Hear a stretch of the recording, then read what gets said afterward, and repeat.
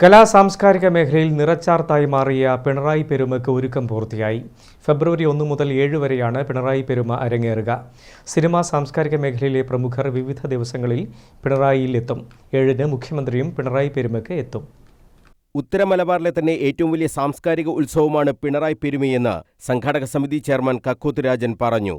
കേരളത്തിലെ പ്രമുഖരായ എല്ലാ കലാകാരന്മാരും പിണറായി പെരുമയുടെ ഭാഗമാകും. പിണറായി പെരുമയുടെ 8ാം സീസണാണ് ഫെബ്രുവരി 1-ന് ആരംഭിക്കുന്നത്. മന്ത്രി എം ബി രാജേഷ് പിണറായി പെരുമയുടെ ഉദ്ഘാടനം നിർവഹിക്കുമെന്നും കക്കോത്ത് രാജൻ പറഞ്ഞു. കഴിഞ്ഞ തവണ അപേക്ഷിച്ച് 7 തവണ അപേക്ഷിച്ച് വലിയ ജനപങ്കാളിത്തം ഈ തവണത്തെ പെരുമയിൽ നമുക്ക് കാണാൻ കഴിയും.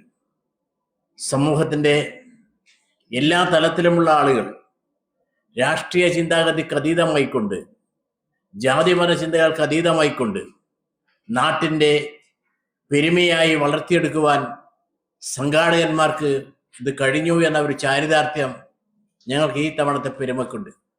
വിശദമായ കാര്യങ്ങൾ ഇതിന് കോർഡിനേറ്റർ പ്രദീപം സംസാരിക്കും. ഫെബ്രുവരി 7 വരെ നീണ്ടുനിൽക്കുന്ന പിണറായി പെരുമയിൽ സിനിമ, സാമൂഹ്യ സാംസ്കാരിക മേഖലയിലെ പ്രമുഖർ സംബന്ധിക്കും. സമാപന സമ്മേളനം 7-ന് മുഖ്യമന്ത്രി പിണറായി വിജയൻ ഉദ്ഘാടനം ചെയ്യും. നാടകങ്ങൾ, റിവർ ഫെസ്റ്റ്, ഫുഡ് ഫെസ്റ്റ്, വിവിധ മത്സരങ്ങൾ, കലാപരിപാടികൾ തുടങ്ങിയവ ഇതിനകം നടന്നു കഴിഞ്ഞു.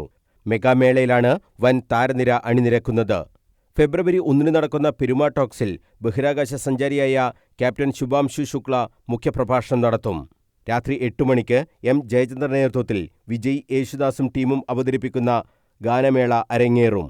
7-ാം തീയതി വരെ എല്ലാ ദിവസവും രാത്രി വൈവിധ്യമാർന്ന കലാപരിപാടികൾക്കാണ് പിണറായി പെരുമ സാക്ഷ്യം വഹിക്കുകയെന്നും സംഘാടകർ അറിയിച്ചു.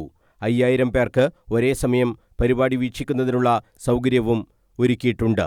Coordinator advocate V Pradeepan, convener Panoli Valsan, professor Shobhith, Janardhanan എന്നിവരും വാർത്താസമ്മേളനത്തിൽ സംബന്ധിച്ചു. News bureau, Kannur.